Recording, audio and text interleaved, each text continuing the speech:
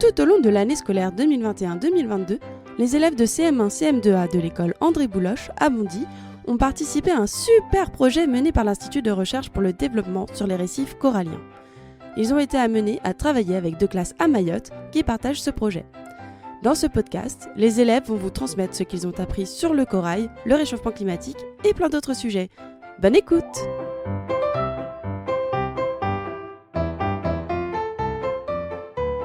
Bonjour, je suis Amandine, je suis accompagnée de ma camarade de classe Sadio. Nous allons interviewer Jean-Daniel sur le bouturage. Pourriez-vous vous présenter s'il vous plaît ? Alors, je m'appelle Jean-Daniel Gallois, j'ai 51 ans, je travaille en tant qu'aquariologiste à l'aquarium de la Porte Dorée depuis février de l'an 2000, donc ça fait 22 ans, voilà, et je suis plutôt spécialisé dans les coraux. J'aime tous les poissons, tout ça, mais ma spécialité, c'est plutôt les coraux. Comment avez-vous découvert le corail ? Le corail, c'est venu avec la découverte des aquariums. C'est-à-dire que quand j'avais votre âge, j'ai commencé par aimer les aquariums. Et puis, à l'époque, on ne savait pas maintenir les coraux en aquarium. Ils mouraient. Et on ne savait pas de quoi ils avaient besoin pour vivre. Et quand je me suis intéressé de plus en plus aux aquariums, est arrivée une époque où on a commencé à maintenir les coraux en captivité. Et là, ça m'a beaucoup intéressé. Ça correspondait tout à fait à ce que j'aimais. Les couleurs, l'originalité, tu vois, plein de choses. Parce que je découvre plein de choses sur la nature, en fait, en étudiant les coraux. Et ça m'a permis aussi d'aller voir sur place comment c'était fait, de faire de la plongée, des choses comme ça. Quelles sont vos qualités envers votre travail ? Mes qualités, oh là là, c'est difficile à décrire parce que c'est les qualités en tout cas qu'il faut pour travailler avec des coraux. Il faut être sérieux, attentionné aux détails et avoir, de l'attention sur la durée. Il faut s'occuper de petites choses, mais sur une durée relativement longue. Pourquoi avez-vous décidé d'étudier le bouturage ? Si tu veux, si j'ai pas décidé d'étudier le bouturage, moi j'étudie les coraux, mais un des moyens de propager les coraux, de les faire se reproduire, c'est le bouturage. Il y a deux façons de reproduire les coraux. Les coraux, ils peuvent pondre des larves, et puis ils peuvent aussi se bouturer comme des plantes. Voilà. Donc pour avoir des coraux, pour en avoir plus, j'ai été obligé de faire du bouturage. Quel outil avez-vous besoin pour faire du bouturage ? Alors, les outils nécessaires pour faire du bouturage, on avait fait ensemble, vous vous rappelez ? Il faut des pinces coupantes, il faut une colonie mère, c'est-à-dire une grosse colonie de corail. On prend des branches, on les coupe, il nous faut de la colle, rappelez-vous, de la colle très forte. Et puis, on met ça sur un support, des grilles pour maintenir les supports. Et ensuite, il faut un aquarium qui est bien équipé pour tout ce dont a besoin le corail pour bien vivre et pousser. Alors de l'éclairage, du brassage, une bonne qualité d'eau avec du calcium, tu vois, plein de choses. Une bonne température.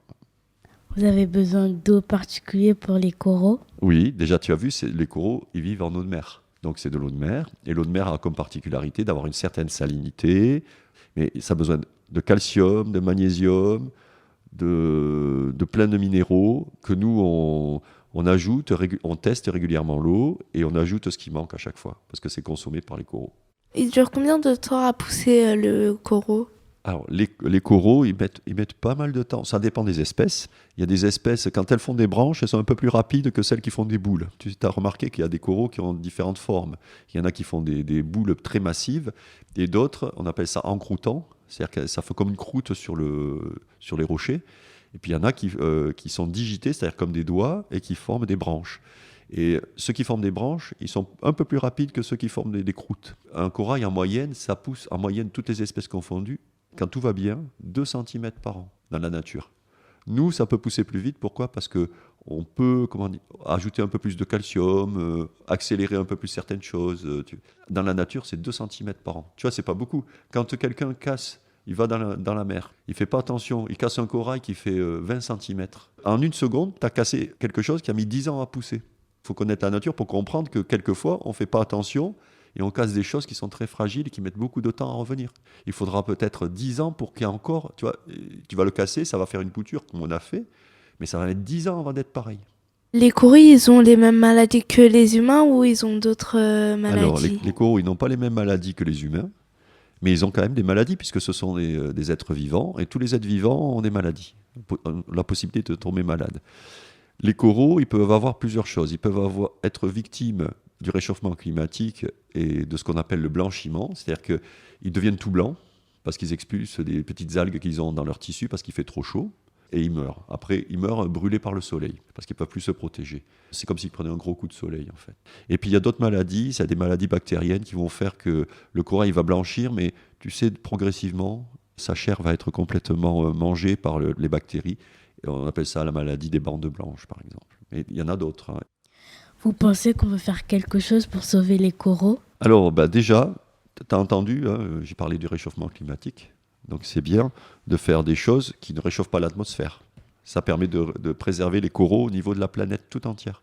Ensuite, ce qui est bien, c'est au niveau de la France, c'est essayer de ne pas polluer. Mais les coraux, ils sont plutôt dans les pays plutôt exotiques. Ce que tu peux faire aussi, c'est pour aider à protéger les coraux, c'est en parler positivement. Et par exemple, ce que je t'ai dit, tu vois, un corail, il met 10 ans à faire 20 cm. Il faut le dire à plein de gens pour que les gens soient informés. Parce que cette personne, si un jour elle va en vacances dans un endroit où il y a du corail, si on ne comprend pas qu'en cassant un corail qui fait 20 cm, elle a cassé quelque chose qui a mis 10 ans à pousser, elle ne va pas avoir le même comportement. Donc c'est à vous aussi d'influencer les gens pour qu'ils protègent la planète. C'est vous les jeunes qui devez faire ça. Nous, on est trop vieux maintenant. On vous informe, mais c'est à vous de prendre le relais. Merci beaucoup d'avoir accepté de faire cette interview avec nous. Ça a été un réel plaisir. Et au revoir, passez une bonne journée. Un plaisir partagé.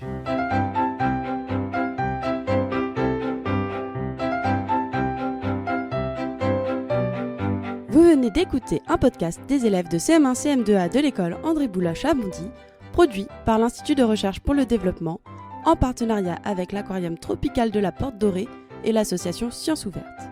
Un grand merci à leur maîtresse Wafa Berkani.